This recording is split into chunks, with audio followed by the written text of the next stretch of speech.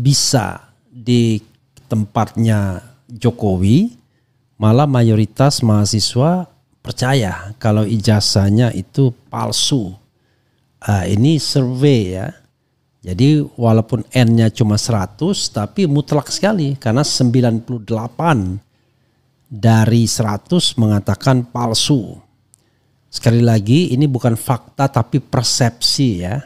Faktanya tentang survei, tetapi apakah ijazah itu palsu dan tidak itu tentu persepsi. Sekali lagi, even 100% orang mengatakan ijazah itu palsu, tetapi kalau memang asli ya aslilah dia. Tapi sebaliknya 100% mengatakan asli, kalau memang palsu, palsulah dia. Jadi sobat era sekalian, yang menentukan asli tidaknya ijazah tersebut bukan kita, bukan persepsi, bukan pendapat, tetapi materi itu sendiri, ijazah itu sendiri. Karena itu butuh transparansi untuk dilakukan proses scrutinize ya, scrutiny. Jadi perlu dicermati di dalam forum yang menurut saya ya harus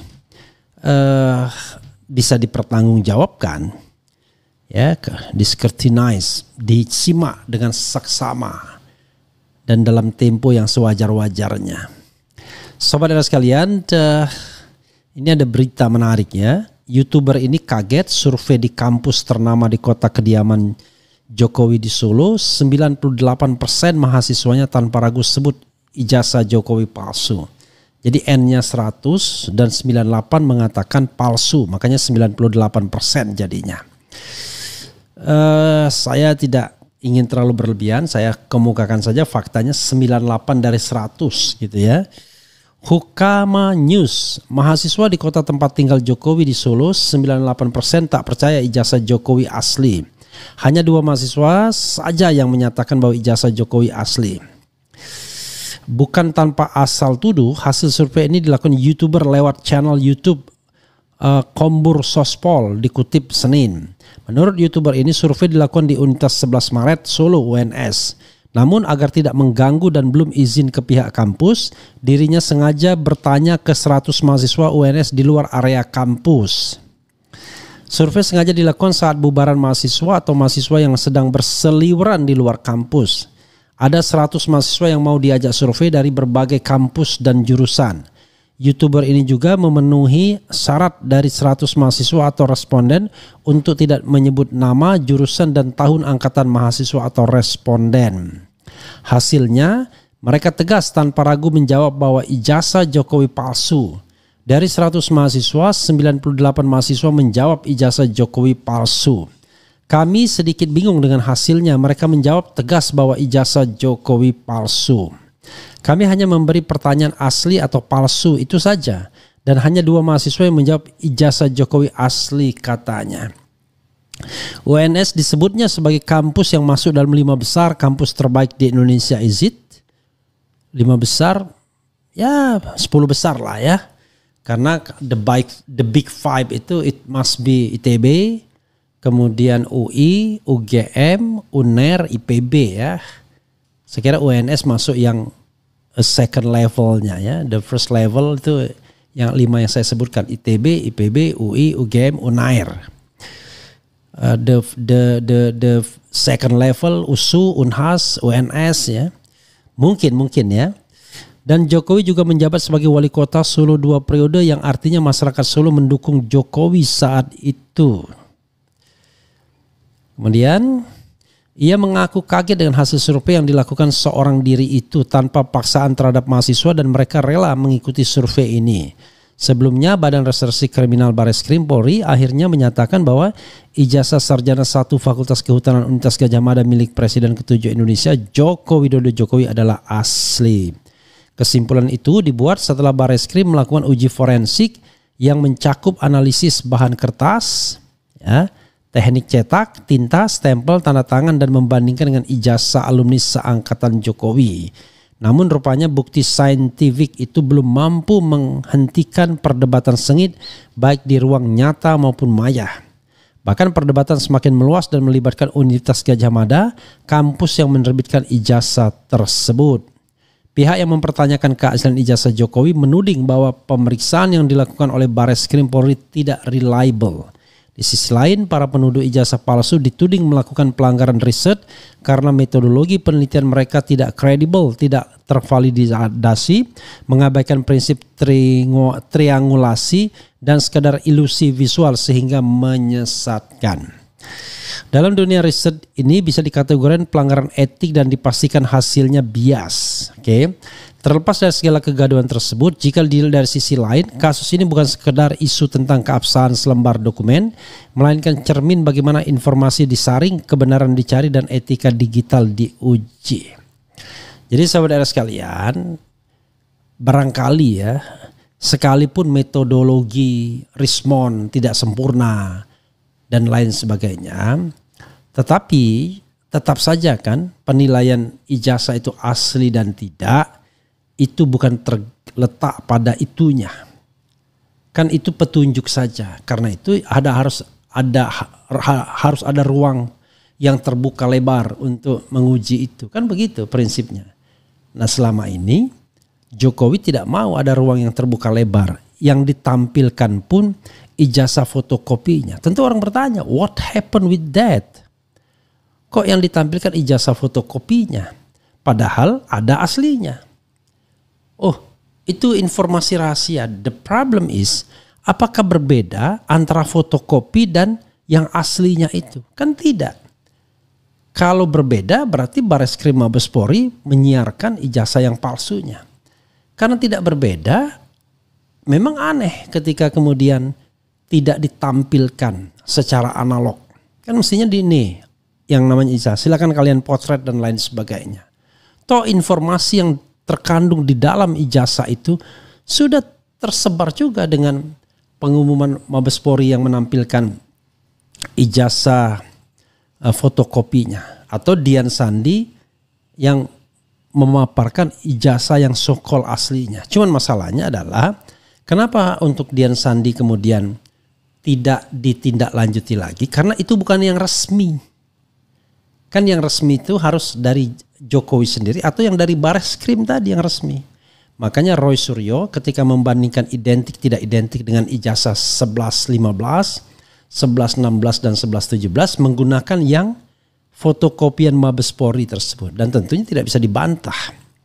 Karena yang dibandingkan hanya sekedar yang namanya visual comparison, sekedar image comparison. Apakah 4 ijazah yang dibandingkan itu berasal dari plat yang sama, dan ternyata 3 sama, cuma 1120 which is ijazah Jokowi yang berbeda. Berbeda di mana? Di kata-kata ijazah huruf Z-nya, kemudian di sarjana huruf A-nya, ya, termasuk huruf N-nya dan lain sebagainya. Jadi kalau kita betul-betul letakkan secara perbandingan, maka yang berbeda 1120 sendiri. Begitu sobat RH sekalian. Tapi kalau ada yang sama dengan yang 1120, maka tetap patut dipertanyakan, kok bisa ada 2 grup yang berbeda. Maka kalau kita menghadapi sebuah persoalan seperti itu, ada 2 kemungkinan. 2 semuanya palsu atau salah satu grup palsu. Kan begitu. Tidak mungkin rasanya ijazah itu dicetak dari 2 plat yang berbeda. Nggak mungkin. Itu aneh bin ajaib, kurang kerjaan. Menghambur-hamburkan waktu dan uang. Dan plat itu tentu terlindungi. Nggak mungkin cuman mencetak berapa lembar ijazah platnya sudah rusak. Itu berarti kampungan percetakannya. Nggak mungkin. Apalagi yang mencetak UGM Press ya. Saya kira UGM Press sudah punya, Gajah Mada Press sudah punya reputasi dalam mencetak tidak hanya ijazah tapi juga barang cetakan lainnya seperti buku dan lain sebagainya. Jadi logic thinkingnya tuh banyak untuk mengatakan ini tidak asli sebenarnya. Tetapi kan masalahnya adalah sekali lagi ijazah itu bukan persepsi dan bukan metodologi. Metode itu kita bisa perdebatkan. Karena Kalau kita bicara tentang metodologi, kita bicara mengenai sesuatu yang tidak absolut. Kalau misalnya, wah ini kita sedang menyelidiki apa penyebab masyarakat malas bekerja. Nah itu tidak ada jawaban yang a single. Pasti macam-macam variabelnya. Karena betul-betul ilmu sosial. Kalau ini ilmu pasti. Asli dan tidak asli itu pasti. Nah, cuman masalahnya adalah bagaimana cara untuk mengkonfirmasi bahwa itu asli atau itu palsu. Konfirmasi dari Bareskrim unfortunately ternyata tidak begitu dipercaya. Itu persoalannya Sobat Era sekalian. Kalau kita lihat misalnya apa yang disampaikan oleh Sobat RH melalui polling RH channel yang dibilang Cokro TV pendukung Jokowi sebagai polling yang amatiran, tapi dia sendiri tidak mampu membuat pembandingnya yang ratusan ribu, itu jadi lucu juga jadinya kan. Saya kan sudah tantang. Kalau misalnya tidak cocok dengan apa yang dibuat oleh RH Channel pollingnya, ya silakan bikin pembandingnya dengan pertanyaan yang sama di platform yang sama, ya YouTube juga misalnya, biar ada pembandingnya. Misalnya Cokro TV itu bikinlah. Nah, kalau dia bikin lalu diumumkan, sebenarnya tidak usah diumumkan, dilihat, kita udah bisa melihatnya kan, karena tidak bisa merekayasa. Kalau misalnya yang mahasiswa Solo ini, kalau pollster atau surveyornya tidak jujur, bisa saja dia merekayasa angka. Tetapi kalau polling saya tidak bisa kita. Tidak bisa kita merekayasa angkanya. Maka dalam polling-polling saya itu mulai dari polling pertama ya.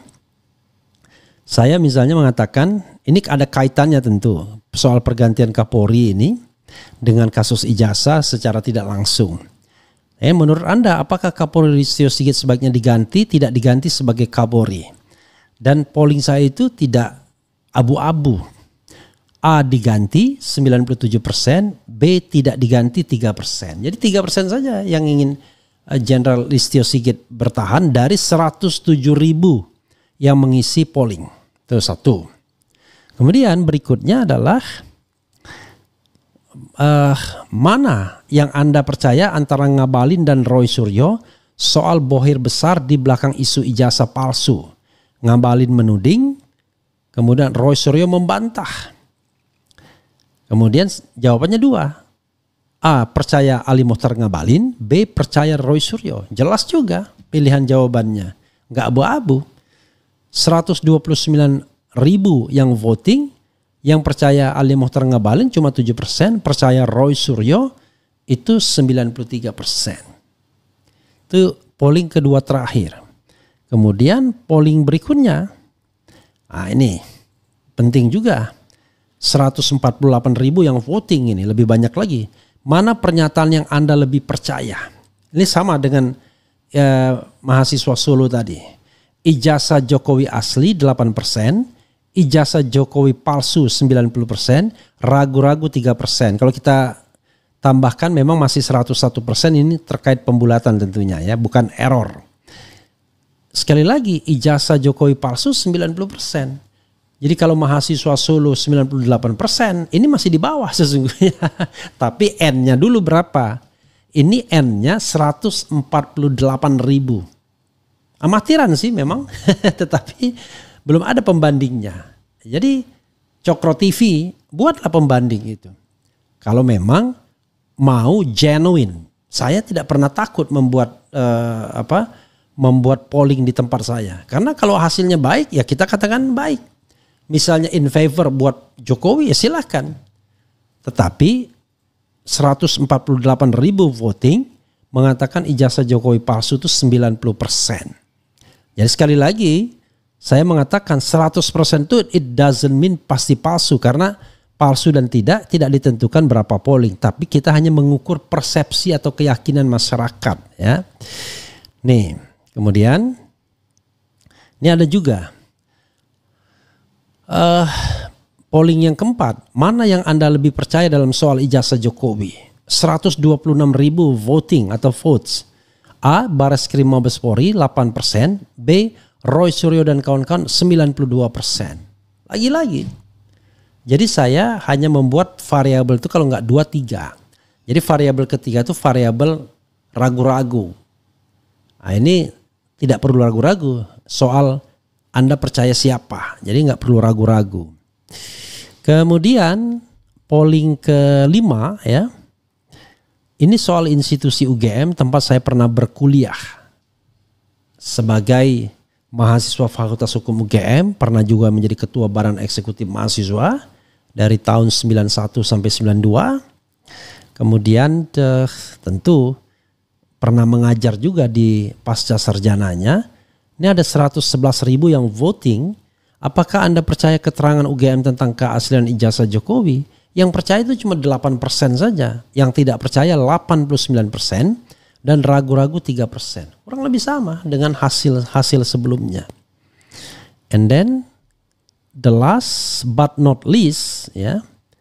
Ini ketika Bareskrim Mabespori melakukan press conference dan soon after that saya membuat polling yang diikuti oleh 130.000 votes atau voting.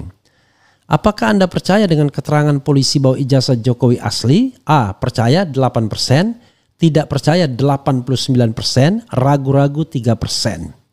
130.000 yang voting dan hasilnya juga mutlak.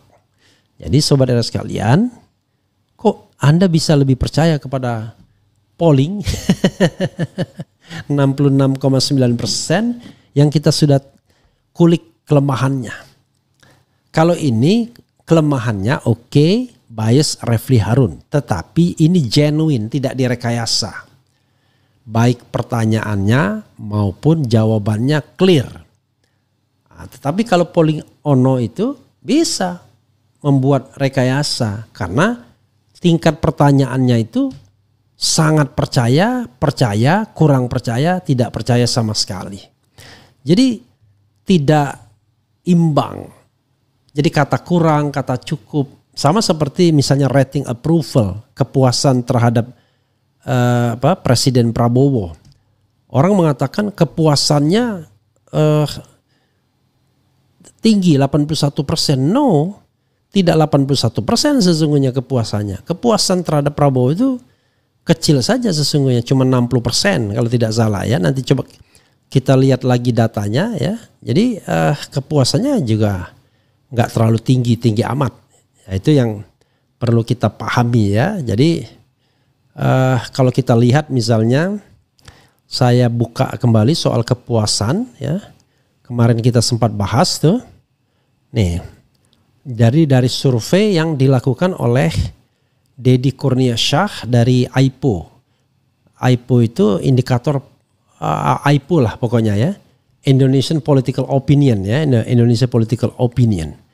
Kalau kita lihat misalnya mengatakan soal ya. Nih. Secara umum, apakah Bapak Ibu sangat puas, cukup tidak puas atau sangat tidak puas dengan kinerja Presiden Prabowo Subianto? Ini lucu ini.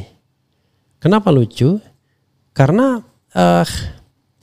yang namanya cukup itu dimasukkan sebagai variabel yang kemudian dianggap sebagai rating approval. Padahal tidak. Kata-kata cukup itu di sini 22% cukup. 22% kata cukup ya. Kalau kita lihat misalnya 22% itu coba kita tampilkan. Di 81 ya kira-kira cuma 59% saja rating approvalnya Prabowo Subianto. Jadi ini coba dijido di anukan ya, itu yang ada soal tingkat kepuasan ya. Biar bisa diambil tuh slide itu 1, 2, 3. Sudah ada ya slide-nya sebelumnya kan? Nah, itu slide soal kepuasan gitu. Nah, ini kan aneh tuh. Kemudian terhadap ekonomi juga. Ekonomi cuma 30% saja yang bilang baik. Lainnya bilang cukup. Lalu cukup dimasukkan angkanya. Agak aneh ya. Nah seperti itu sobat sekalian. Jadi kalau kita lihat misalnya survei mengenai tingkat kepuasan terhadap Prabowo itu cuma 59%, bro. Nah kalau misalnya, nah ini ya, coba lihat. Secara umum, ini dari Indonesia Political Opinion ya. Secara umum, apakah Bapak Ibu sangat puas, cukup, tidak puas, atau sangat tidak puas dengan kinerja Presiden Prabowo Subianto? Yang sangat puas itu mencapai angka 15%. Yang puas itu 46%. Oh, yang sangat puas itu mencapai angka 13%. Jadi sangat puas 13%, puas 46%, cukup itu 22%. Jadi kalau kita bicara yang puas itu hanya 59% saja rating approvalnya. Why? Kata cukup kok dimasukkan ke dalam tingkat kepuasan. Cukup itu, ini kan sebenarnya median, kata tengah. Harusnya 2 positif, 2 negatif. Nah, seperti itulah sobat ada sekalian. Kalau kita lihat misalnya perilaku survei itu, dia bisa bisa mengatur sedemikian rupa. Makanya dalam survei kepercayaan publik terhadap ijazah Jokowi, itu kita sudah kritik kan, pertanyaannya terlalu rumusan pertanyaannya aneh, kemudian pilihan jawaban juga aneh juga.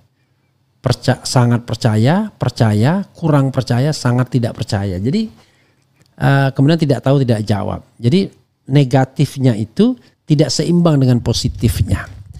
Begitu sobat RH sekalian ya.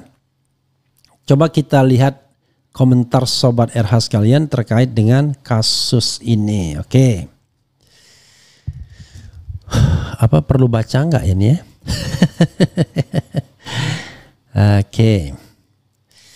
Jokowi sebaiknya mengaku saja jika ijazahnya hasil dari membeli di UGM. Semoga sehat selalu Refli Harun. Hadir dalam wawasan cadas. Tetap fokus adili Jokowi dan lengserkan Gibran segera. Jadi sekali lagi saya mengatakan asli dan tidak aslinya itu bukan bergantung ucapan saya, bukan bergantung survei saya, bukan bergantung survei mahasiswa UNS, tapi tergantung zatnya, materinya itu. Nah pertanyaannya adalah institusi mana yang bisa menentukan itu asli atau tidak. Bareskrim sudah mencobanya, tapi ternyata tidak ada kepercayaan publik terhadap Bareskrim. That's the problem. Saya bicara apa adanya kan. Karena itu harus ada institusi lain. Nah orang berharap dengan pengadilan. Pengadilan Negeri Solo. Tapi belum apa-apa. Rupanya sudah ada dalam tanda kutip rekayasa tertentu. Bahwa sidangnya secara offline. Secara online lah. Kalau online nanti pembuktian ijazahnya bagaimana? Kalau seandainya sampai pada tahap pembuktian ijazah kan, kalau sampai tahap pembuktian ijazah ya harusnya offline dong, biar kemudian kita bisa sama-sama lihat secara analog. Masa di online kan? Nah itu juga persoalan sesungguhnya. Sayangnya kita tidak punya model justice bow. Kalau justice bow kan nggak usah macam-macam, udah nggak usah pakai keterangan-keterangan, bawa ijazah yang so-called aslinya, lalu dilihat dulu, diterawang ya, dibandingkan dan lain sebagainya. Udah pakai sebuah metode yang bisa dipertanggungjawabkan untuk mengetahui asli atau tidaknya hal tersebut. Begitu sobat era sekalian ya. Sekarang tersiar kabar bahwa Pak Jokowi sakit, dibawa ke Jepang. Kita tidak tahu apakah benar dibawa ke Jepang kemarin katanya tanggal 1 Juni ya. Ya tetap kita doakan mudah-mudahan sembuh. Dan soal ijazah ini kemudian selesai. Mereka dapat ancaman keselamatan jika tidak bilang ijazah Jokowi identik. Yang terbaru, masyarakat Solo yang tinggal di sana 15 tahun serta mengetahui info dari Bareskrim 100% tidak ada yang percaya ijazah Jokowi asli. Saya tidak tahu dari mana ini informasinya ya. Assalamualaikum, sampai detik ini saya masih 50-50 soal keaslian ijazahnya Mulyono. Aku tunggu info yang benar-benar fix. Saya suka dengan bandara kicau ini. Jadi begitu saudara sekalian. Jadi Anda kemukakan pendapat Anda. Even though we have a different opinion on certain issue, no problem. Tidak usah ngata-ngatain ya. Ya, kalau ngata-ngatain saya punish Anda, saya buang komentarnya. Tuh, ijazah Bapak Jokowi asli, hanya orang-orang yang sakit hati bilang palsu, sakit hati sampai bangka dada. Itu orang Christian Tutuarima ya. Dulu ada pemain sepak bola namanya Berti Tutuarima. Jadi sobat RH sekalian, sekali lagi kita mencari kebenaran. Kok sakit hati sih? Kenapa kita selalu bilang sakit hati dan lain sebagainya? Oke. Tapi kalau Berti Tutuarima muncul lagi, saya delete. Enak kan? Mumpung kita yang berkuasa kan? Kemudian dari Akil, saya cuma berharap Panglima Hukum tertinggi tidak lagi menonton ludruk dari aparat penegak hukum seperti kasus pagar laut, sangat memalukan di mata dunia luar. Panglima tertinggi itu maksudnya adalah Prabowo Subianto. Jangan hanya nonton doang. Perintahkan penegak hukum untuk menyelesaikan masalah ini sebaik-baiknya, selurus-lurusnya. Jangan hanya bicara bahwa laporkan. Begitu masyarakat melaporkan, kena pidana, kena kriminalisasi, kena pencemaran nama baik, kena fitnah dan lain sebagainya. How come? Harusnya Prabowo declare bahwa siapapun pejabat yang dilaporkan tidak boleh menggugat balik atau melaporkan pencemaran nama baik. Selain bertentangan dengan putusan MK terbaru, itu juga bertentangan dengan kewajiban etis seorang pejabat publik. Begitu dong. Jadi memilih katanya, dan kepada penegak hukum saya perintahkan tidak memproses siapapun yang mengadukan pencemaran nama baik ya terhadap warga negara Republik Indonesia, kecuali yang bersangkutan berhenti sebagai pejabat publik saat itu juga. Begitu dong, agar dia tidak memanfaatkan jabatan publiknya untuk mempengaruhi proses penegakan hukum. Kan begitu. Jadi Jokowi harus berhenti sebagai pengawas dan tentara harusnya kalau dia betul-betul pengen menjadi warga negara biasa yang mengadukan. Kemudian belum juga mulai termul udah kelonjotan. Teguh Santoso, thank you very much ya for your comments so long ya, so far. Bagus terus ya. Waalaikumsalam, pengen cadas Refli Harun. Oke. Sobat. Kasihan Pak Prabowo, beban psikologi dan dilematis, mau bela Jokowi tapi kewajiban menegakkan kebenaran hukum di negeri ini. Oke, ini Muhammad Joni, tolong dong Bung Refli, apa sih manfaatnya bagi kita ribut-ribut masalah ijazah Jokowi? Jadi bro, yang kita bicarakan ini adalah tentang kejujuran, bukan tentang ijazahnya sendiri. Tentang kejujuran. Dan ini adalah contoh kejujuran pejabat publik. Karena banyak sekali pejabat publik yang menggunakan ijazah-ijazah bodong seperti ini. Atau dia mendapatkan gelar-gelar itu nggak jelas. Ini ada misalnya profesor, nggak pernah mengajar di kampus tersebut. Setelah dihitung-hitung sejak tamat S1 baru 9 tahun. Kok bisa dapat gelar profesor? Jadi S1, S2, S3 9 tahun. Katakanlah dia Lahap. Tapi bergelar profesor. Ya saya tidak pernah sebut orangnya ya. Tetapi lalu ada yang doktor hanya 1,5 tahun. Come on. Jadi kejujuran itu penting bagi kita. Karena itulah fondasi bagi kita untuk bisa menjadi bangsa yang beradab, bangsa yang besar. Kalau yang begini saja kita bohong, how come kita menjadi bangsa yang besar? Jadi gitu. Jadi ini soal good governance, clean government. Ijazah seperti kata Sujiwo Tejo, nggak penting ijazah itu. Yang paling penting seorang pemimpin itu adalah skill memimpin. Ya, do you have a leadership skill to lead this country? Kalau punya skill, it's okay, go ahead. Tapi persoalannya adalah ketika Anda berbohong tentang pendidikan Anda, maka sebenarnya Anda sudah tertolak untuk menjadi pemimpin. Karena syarat untuk menjadi pemimpin itu salah satunya harus jujur. Harus lurus, siddiq, harus amanah, harus tablik, menyampaikan, harus fatona, cerdas. Kan begitu. Jadi kalau misalnya pemimpin itu tidak menyampaikan yang sebenarnya, tidak tablik, wah berat.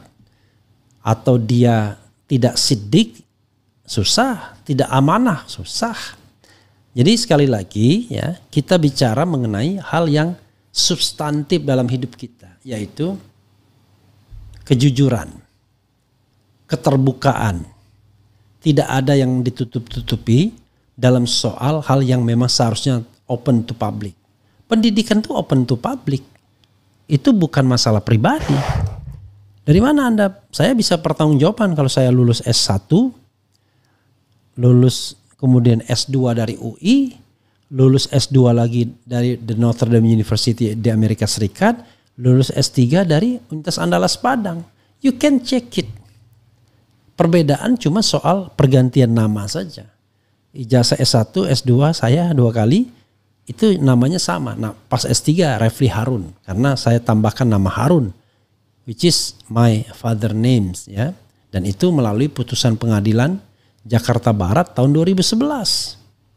Jadi secara substansi tidak ada masalah. Orangnya tetap sama. This is Refli, and then I have 4 diploma certificates.